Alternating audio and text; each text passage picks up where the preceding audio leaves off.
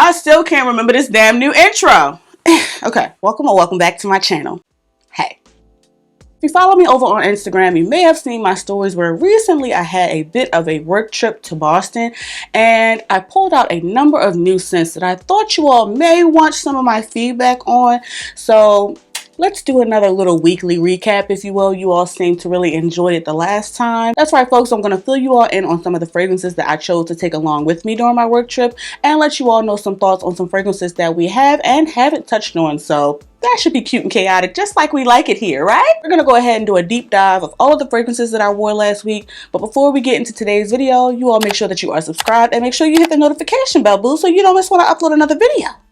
After subscribing and making sure those post notifications are set to all, make sure you give this video a big fat thumbs up because it's free. It really helps the channel and it helps us to grow. And of course, if you are interested in any of the products or fragrances mentioned in today's video, please make sure that you shop via any available links and or discount codes down below in the description box because it also really helps me out and you go buy it anyway. Thank you so much. I appreciate you. Now, if you are interested in seeing all of the fragrances that I wore last week, make sure you keep watching. Before we dive into my weekly roundup, let me tell you all my scent of the day. I just got back from the orthodontist and I am finishing up my work day from home. So I decided to go in with Commodity Milk Expressive, one that we talked about fairly recently on the channel. This was sent to me by the brand and it's just a marshmallowy, woody, cozy, comforting, sweet, good time, perfect by itself, and it's perfect to layer with as well. Just a vanilla that I can actually respect. So definitely sound off in the comments and let me know if you tried this one. I'll have links down below, of course, if you are interested. But again, today's scent of the day is Commodity Milk Expressive. As I stressed in my first weekly recap and want to reiterate in this weekly recap, please don't think that any of these fragrances are going to make a difference if you have not washed your ass. In my opinion, and probably scientifically too, in order to have the best wear experiences with your fragrances, it is best to be clean, exfoliated, moisturized. Okay? This, of course, is going to vary from person to person. Your needs may differ from my needs. My body chemistry is going to be different from your body chemistry. So please take that into account and take that into context. As I told you all in my first weekly roundup, I always shower with peppermint castile soap and I always moisturize my body with a DIY body butter. I don't have no recipe, no video or nothing like that. I'm figuring it out. Once I solidify things, maybe. But for now, I got nothing for you, okay? I'm sorry. That's usually all that I do underneath of my fragrances. On occasion, I'll include other body care products and I'll make mention of those when necessary, but just letting you all know that's the typical foundation. Let's go ahead and start with Sunday. Now on Sunday, I was just kind of preparing for my trip, packing, doing things around the house. So I took that as an opportunity to just kind of test out a couple of samples. The first one being this one from Dawkins Aroma Company. This was gifted to me by my scent sister, Vania McCall. This one is Cocoa and Cashmere.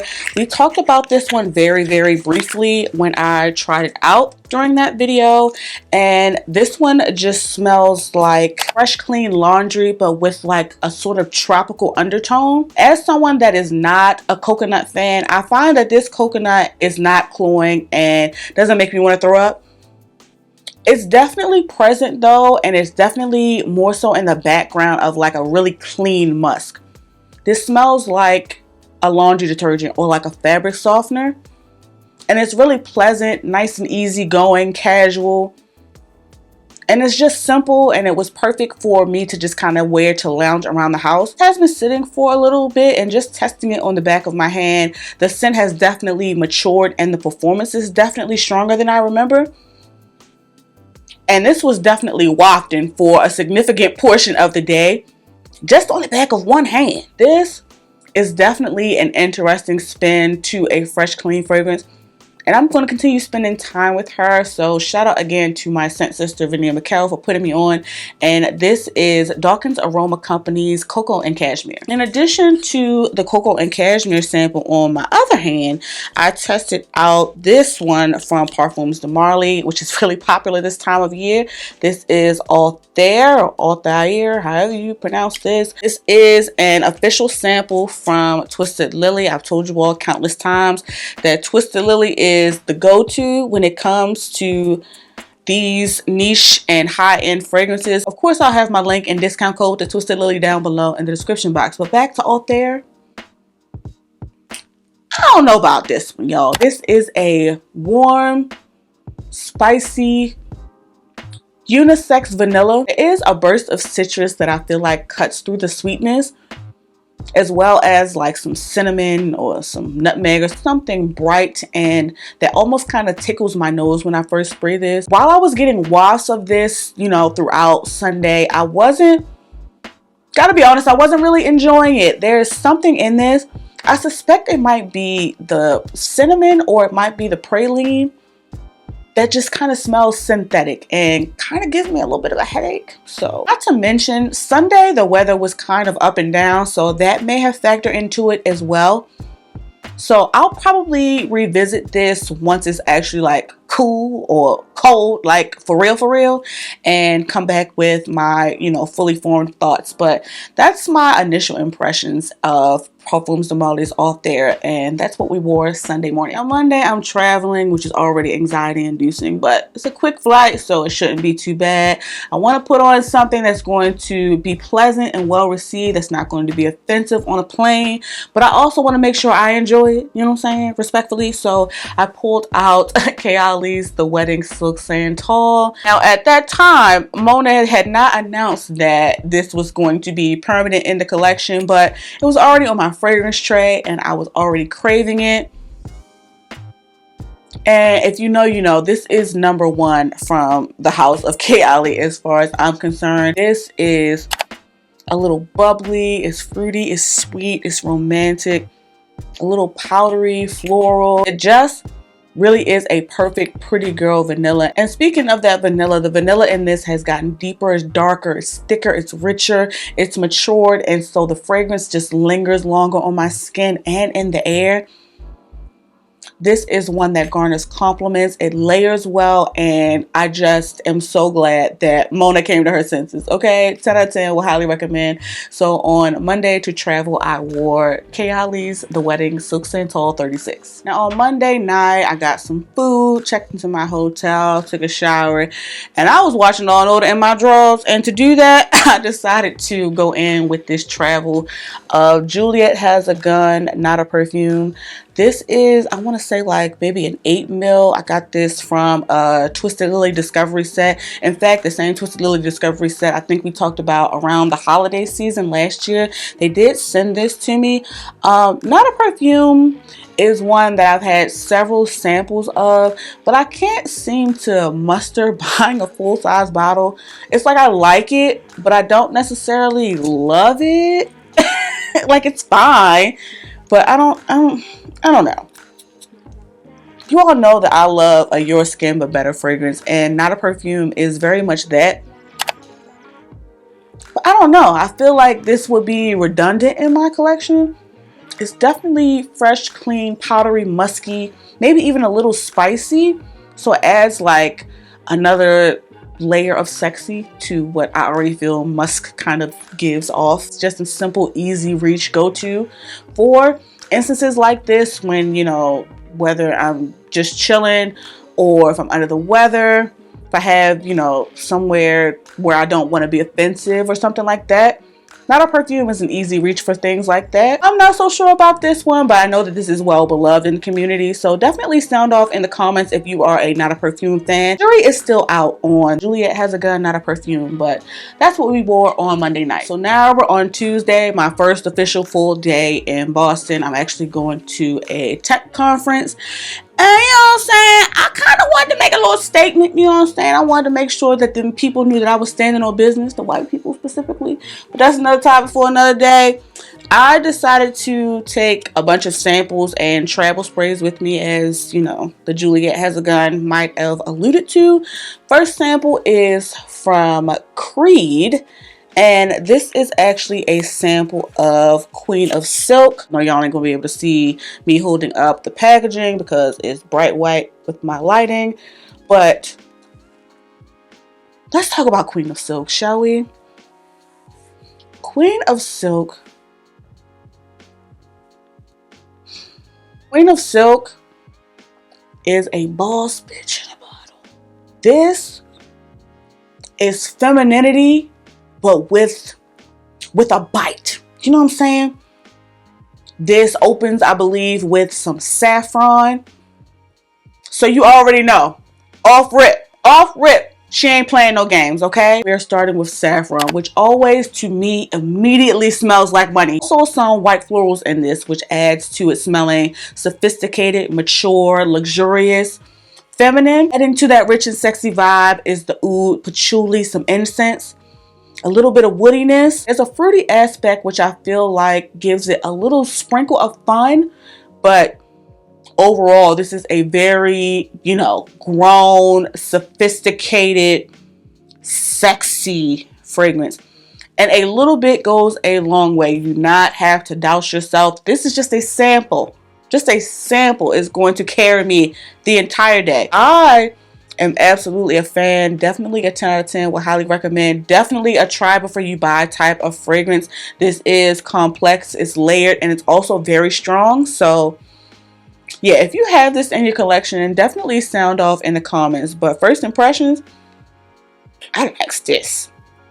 So yeah, on Tuesday, I wore Creed's Queen of Silk. After a long as draining day of lectures and socializing at the conference, yet again, I went to my hotel room, took a shower, and wore Juliet Has a Gun, Not a Perfume. So let's go ahead and move on to Wednesday. Next morning, it's Wednesday, the second and final day of the conference. Another long day of lectures and socializing. I took the decant of this fragrance with me, obviously for travel purposes, but I had already upgraded this to the full-size bottle. This is BDK's Passe Soir the Extrait. We just talked about this one in my most recent fragrance haul. Of course, if you haven't seen it, I'll link it up top. This I will not be spraying because it don't need it, but if you just want to have a fruity fragrance that is not girly and dainty and pink, definitely recommend getting your nose on BDK's Passe Soir the Extrait. I do want to make mention that I am a little biased. I am in fact a pear hoe, but this is a different pear from anything that I have in my collection. This is dark, it's rich, it's thick, almost like a jammy type of pear, along with some quince, some patchouli, some pepper, some ginger, some cocoa. This is very complex. Just from those notes, which is only a portion of them, this is very complex. It's layered. This is not your typical day-to-day girly, fruity, floral fragrance. It's very mysterious, very sexy, very potent and powerful as well. This is one that also lingers and lasts all day long, especially when you start bringing turtlenecks and scarves and coats into the situation. This is going to linger for all eternity, okay? I can't get enough of this, which is why before I even finished the decant, the full-size bottle was in transit, okay? If you are a fan of that really girly, flirty, Passe Soir DNA, I do think that you will enjoy that because the DNA of the fragrance is still very much there. But this, I didn't have to go looking for this. I didn't have to go crazy with the sprays. This performed and projected the entire day. And it was perfect for a day of socializing about things I couldn't give a damn about. So again, this is BDK's Passe Soir the Extrait that we wore on Wednesday. Now on Wednesday night, after a long day of lectures and a little bit of libations, I decided to switch it up from the Juliet Has a Gun, Not a Perfume to my sample of Alex L and Sniff's collaboration, Heal the Way. I'll just go ahead and show you the bottle because again, this is one that we upgraded from, a little baby to the full size. This is one that I purchased from Sniff, and I have already told you all that this is my favorite from them. I keep telling y'all to smell like a black woman. It's warm, it's sweet, it's comforting, it's cozy. And I don't have to go crazy with spraying this either. From the very beginning, even when I only had the sample, this has never had a performance issue for me. Not going to dwell too long just because we've been talking about this one ad nauseum for a little bit, but It's delicious, and I absolutely recommend getting your nose on it. I have been talking about this fragrance for months for a reason. This was an absolute love at first sniff. A certified 10 out of 10 would highly recommend. I will make sure I have my link and discount code to sniff down below in the description box if you are interested in trying or buying. But on Wednesday night, we wore Sniff and Alex L's collaboration, Heal the Way. Now on Thursday, for my 6 a.m. flight home, I went in with my decant of another BDK fragrance. This was sent over to me by my sis, Denise Adore. So shout out to her. This is Gris Charnel, another beloved BDK fragrance that I gotta tell y'all, this is really interesting. Very complex fragrance. It's woody, it's spicy, it's powdery. There's also an earthy kind of aromatic facet to it as well. A little dark and, dare I say, maybe even a little melancholy, a little gloomy. Perfectly unisex. Anybody can wear this. And it's not at all a loud fragrance, but it is still very present. So going in with the sprays actually gives me a headache. This won't be for everyone. It's very unique, but it lasts. And it's moody, just like the weather, making it absolutely perfect for this time of year. And one that I'll probably take into the winter time as well. Not gonna lie, this might be my second BDK, for real. But we'll see. I ain't gonna lie, I like this one, but definitely sound off in the comments and let me know your thoughts. But again, on Thursday to travel home, I wore BDK's Gris Charnel. After my flight, I got home, took a shower, decompressed and all of that. And I kept it pretty simple and just wore Clean Classics Warm Cotton. This is one that literally smells like dryer sheets. It literally smells like fresh, clean laundry. Very much on par with other Clean Beauty Collective fragrances that I have mentioned to you all previously on the channel. It's fresh, it's simple, and it's perfectly unisex. Anyone can wear this. Literally anybody can smell like fresh, clean laundry, child. Another easy reach freshie that I know is going to smell good without thinking too hard. So yeah, on Thursday night, I wore Clean Classics Warm Cotton. Now on Friday and Saturday, I actually spent time with this fragrance that I just received in the mail from the brand. And this is Sniff and Professor Perfumes' latest collaboration, Honey Sweet. We just talked about this one in my most recent fragrance haul. And like I just said, I have been spending some time with this. It's sweet, which people love, but in a really mature and refined way. So for that reason, I feel like this may be a polarizing one for the people. In addition to it being sweet and aromatic, there's also some woody and earthy facets to this that also help to play up that honey in the best way possible. This is one that I've really been enjoying spending time with so far, but let me know if you have tried it or if you're interested in trying it. Of course, if you are interested in trying this or any other sniff fragrance, I'll have my link and discount code down below in the description box. But to round out the week for Friday and Saturday, we wore Sniff and Professor Perfumes collaboration, Honey Sweet. Well, folks, that about wraps up today's video of my weekly roundup of all of the fragrances that I wore last week. Definitely sound off in the comments. Let me know if you've tried any of these fragrances, and of course if you are interested in trying, make sure you shop via any available links and discount codes down below in the description box, because it really helps me out. After commenting on this video, on your way to watching another video,